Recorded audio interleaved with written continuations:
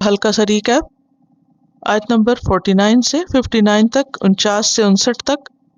व इज़ नज्जयनाकुम मिन आलि फिरऔना, इस सबक में हमने इज़ की तकरार देखी, यानी इज़ को बार बार इस्तेमाल किया गया है। इज़ क्या माना होता है और ये किस मौके पर इस्तेमाल होता है, इसका लफ्ज़ी माना क्या क्या है। जब, जबकि, जिस वक्त, और याद करो। उज़्कुरू का मुखफ़्फ़फ है, यानी एब्रीविएशन है एक तरह से। नज्जयनाकुम मिन आले फिरौना, आले फिरौन से मुराद कौन है? फिरौन के पैरोकार। आल में नंबर एक खानदान के लोग शामिल होते हैं, लेकिन सिर्फ खानदान के लोग ही नहीं, बाज़ औक़ात फॉलोअर्स भी आते हैं। मसलन आप दुरूशी पढ़ते हैं, अल्लाहुम्मा सल्ली अला मुहम्मदिन व अला आले मुहम्मदिन, तो जब आले मोहम्मद कहते हैं तो क्या इससे मुराद सिर्फ आपके खानदान के लोग हैं या कोई और भी हैं? आपके फॉलोअर्स, आपसे मोहब्बत करने वाले।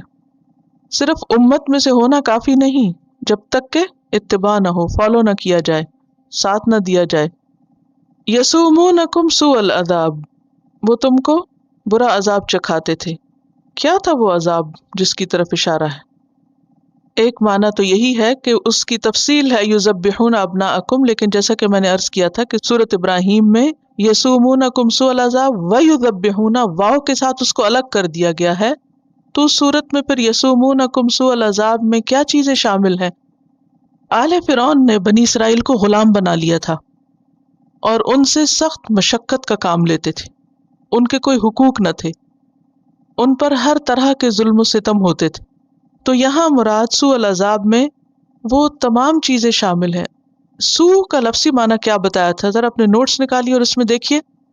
हर वो चीज जो इंसान को गम में मुब्तला कर दे, खा इसमें इंसान की इज्जत का जाना हो, खा उसके माल व असबाब का जाना हो, ये किसी भी किस्म का नुकसान। तो बनी इसराइल जो कि पैगंबरों की औलाद थी, जिन्हें दुनिया के एतबार से भी बहुत मकाम मिला था हजरत यूसुफ अलैहिस्सलाम की वजह से, एक वक्त आया कि वो जलील व खार होकर रह गए। उनकी इज्जत और शान व शौकत भी जाती रही और उनका कोई मकाम नहीं था, उनके कोई हुकूक नहीं थे और उनसे जबरी मशक्कत दी जाती थी। यहाँ इन सब चीजों की तरफ इशारा है। और उसके अलावा बड़ी बला क्या थी? युज़ब्बिहून अब्नाअकुम व यस्तहयून निसाअकुम, ऐसा क्यों करते थे? लड़कों को मार देना और लड़कियों को छोड़ देना, इसकी क्या वजह थी? क्या इस आयत की ये तफसीर करना दुरुस्त होगी कि फिरऔन को नजूमियों ने बताया था कि एक लड़का पैदा होगा जो तुम्हारा खात्मा कर देगा? क्यों, वजह क्या? नजूमियों की बात काबिल एतबार नहीं और हमारे दीन के खिलाफ जाती। उस शख्स के बारे में क्या हुक्म है जो किसी अर्राफ के पास जाकर हाथ दिखाए और गैब की खबरें मालूम करे और नजूमियों पर यकीन करे? उसकी 40 दिन की नमाज कबूल नहीं होती। किसी भी ऐसे शख्स के पास जाना कि जो गैब की खबर दे, ये दुरुस्त नहीं, पूछना ही दुरुस्त नहीं। बाज़ औक़ात अल्लाह सुब्हानहू तआला कुछ लोगों को कुछ एक्स्ट्रा सेंसेस देकर हारूत मारूत की तरह आजमाइश बना देते हैं, और बाज़ औक़ात वह ऐसी बातें करते हैं जो बसा औक़ात दुरुस्त भी साबित हो जाती, और लोग आउट ऑफ क्यूरियोसिटी फिर और ज्यादा उनसे पूछते हैं और उनसे मालूम करने की कोशिश करते हैं। या जिन लोगों के ऊपर जिन आते हैं, ऐसे तमाम लोगों से बच के रहना चाहिए, क्योंकि इससे इंसान का ईमान जाता है। और हमें साफ तौर पे मना कर दिया गया है कि अर्राफ कहते हैं मारिफत देने वाले, नहीं किसी ऐसी खबर देने वाले को, गैब की खबर बताने वाले के पास मत जाओ, भले पता भी हो कि फला ऐसा करके बता देता है, कुछ सच कुछ झूठ।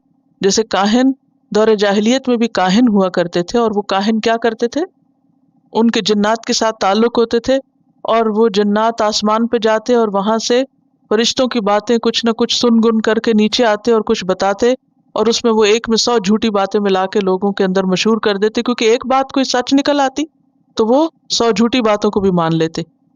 तो हमें इन चीजों से बचने के लिए कहा गया है, क्योंकि ये दरअसल अल्लाह सुब्हानहू तआला से इंसान का तवक्कुल कम करके बंदों के ऊपर और गैर अल्लाह पर तवक्कुल सिखाती हैं, या उनकी तरफ इंसान को ले जाती हैं, जो कि एक तरह से शिर्क हो जाता है।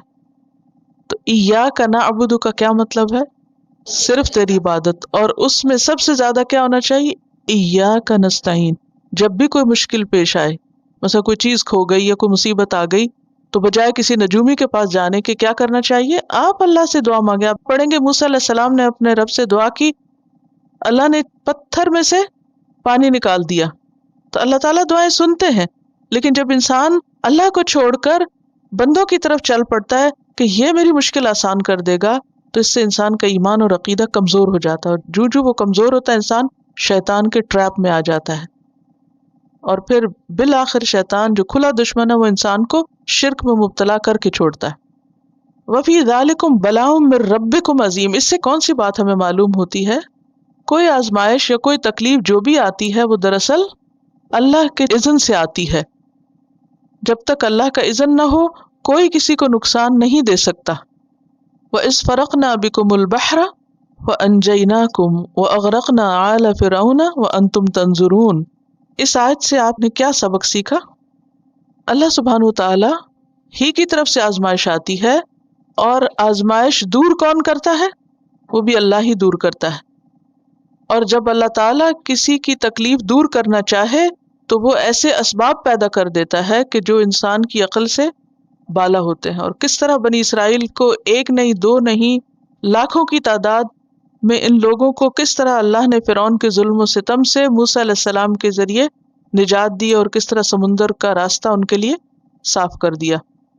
अगरचे मूसा अलैहिस्सलाम ने असा मारा था, लेकिन निस्बत अल्लाह ताला अपनी तरफ करते हुए इस फर्क ना, हमने फाड़ा था। हालांकि अल्लाह ताला तो जमीन पर नहीं आए थे रास्ता बनाने के लिए, सबब कौन बना था? मूसा अलैहिस्सलाम।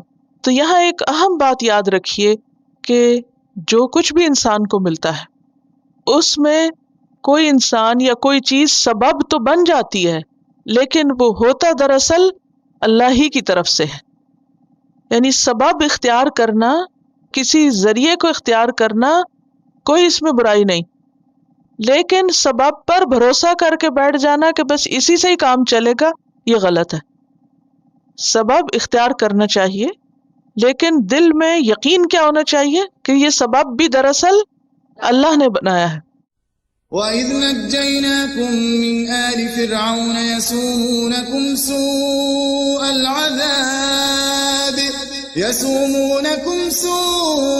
الْعَذَابِ يُذَبِّحُونَ أَبْنَاءَكُمْ وَيَسْتَحْيُونَ نِسَاءَكُمْ وَفِي ذَلِكُمْ بَلَاءٌ مِّن رَّبِّكُمْ عَظِيمٌ وَإِذْ فَرَقْنَا بِكُمُ الْبَحْرَ فَأَنجَيْنَاكُمْ وَأَغْرَقْنَا